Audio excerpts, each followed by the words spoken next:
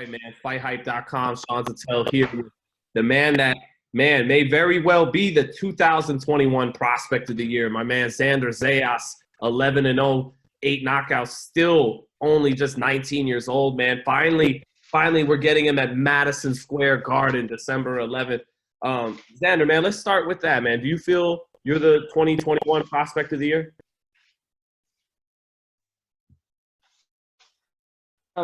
It's 7-0 and 8 knockouts. Is 8 knockouts? Yeah. Damn, I didn't even. I was kind of record. But yes, I do believe that I'm the 2021 prospect of the year. Once the year December 11th, there should be no questions asked. No questions about it. I've improved every fight, and I've fought better position. I've looked better each time in, and I believe I deserve it. Well, the funny thing is, the other guy on the card, Jared Anderson, is probably the one guy who's neck and neck with you for the award, right? Yeah, I mean, I believe Jared, with his last fight winning a title, he got into that more of a contender status than he's defending titles. He got a WBC title. So I think that conversation more contender than a prospect. But if not, yes, he's the top guy in the competition. But best, he's still my boy. He's still my man. Felix Trinidad and Miguel Cotto, they really became legends at Madison Square Garden. And we all know in boxing, people want to see you be that next great guy for Puerto Rico. What's it going to be like? What do you want to do in this fight, in your first fight in Madison Square Garden? Do you want to make a statement?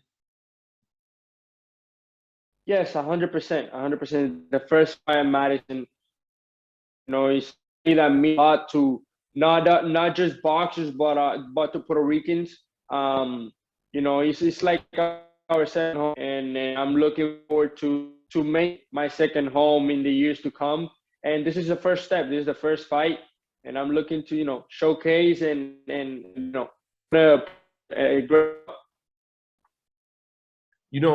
it's people, they see the obvious parallels with you and Cotto and Trinidad with your offensive prowess and your balance and your power. But what do you think is going to be something different about Xander Zayas than those guys in the ring and out of the ring? Or what do you think? I'm so sorry. The connection was a little. People couldn't hear. People already talk about the similarities to you, Cotto and Trinidad. The offensive firepower, the power, the balance. But what do you think is something that's different about Xander Zayas than a Tito Trinidad or a Miguel Cotto? Man, I'm hungry, Puerto Rico. I'm hungry to make my dreams come true. I'm focused, and I feel that's going to, take me next level. I don't want to compare myself with all the greats. They were great at their time, and I expect. But I want to be great in my own time. When it's time for me to be great, I want to be that next superstar in boxing. And by working hard, by staying, listening to the team, I know I'll make that happen. Around where your weight is, the other two, you're younger than them, but the other two guys that look like are going to be the future of the sport in these divisions is Virgil Ortiz and Jaron Boots Ennis. Do you see it that way, that it's going to be Xander Zayas along with these two guys that are going to be the guys at 147, 154, maybe even 160? Well, that's the goal. Two guys, they're a little bit more ahead than me in the boxing career. Virgil and Boots, they're both now.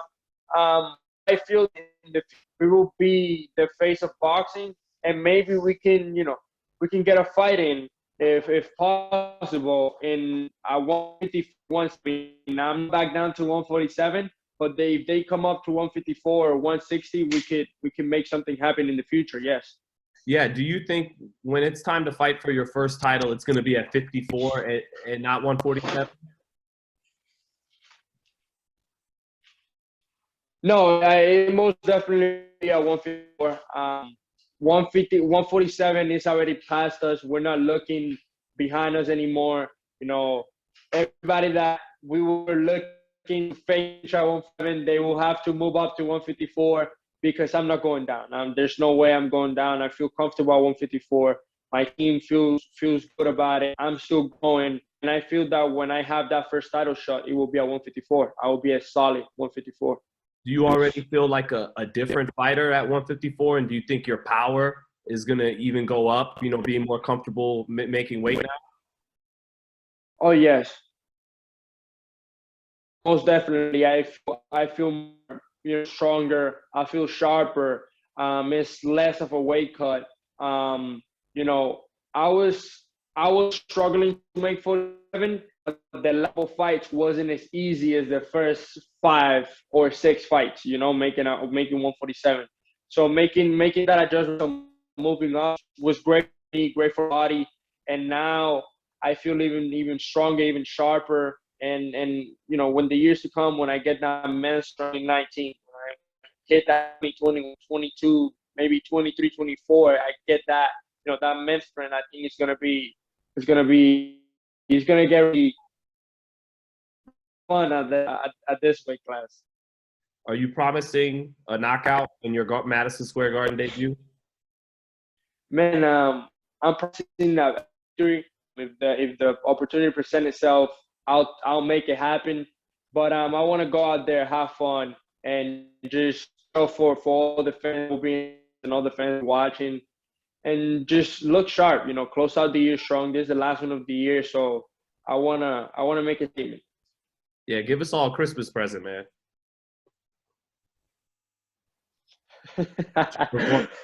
I'll try my best, but I'll promise you that. But Xander too, before I let you get out of here, man, thanks always. Thank you. I know you're good. You got a good relationship with George Kambosos down there in South Florida, and I know you have a great relationship with Teofimo Lopez. What'd you think of their fight, man? What are your thoughts? And it was an amazing fight. Both respect to both of them. They both show heart. They both show that they belong in there with the best. And that day, I think it came down to who was the smartest, not who wanted it more, because they both wanted it. It was just who was the smartest and who stay composed and listen to the corner. And I think, George did that better than Teofimo did. I felt been, and during the fight. So he was fighting more emotional than with the head. And I feel like George and his corner, his corner, my coach, I think they did an excellent game plan and they still composed, and that's what made a difference that night. With the talent Teofimo has, were you surprised that George won that fight? I wasn't surprised. I was impressed by the way he won the fight, because I knew if it was a decision, we had a possibility of winning. So I was impressed by the way George stood composed, listened to the corner, and by the way the corner to give him just perfect in between rounds. Do you think that George can pull it off again if he were to fight Devin Haney or Gervonta Davis? I think I feel like Devin Haney is a much easier fight than Teofimo Lopez. Teofimo is stronger. He has a great IQ.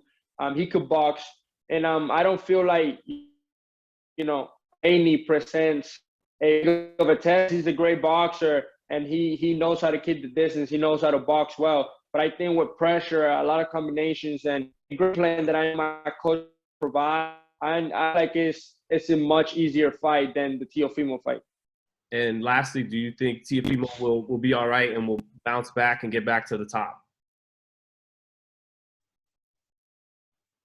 Man, I hope so. I hope so. You know, I wish nothing but the best to him, to his family. I haven't spoken to him in a minute, so right now I don't know where we stand.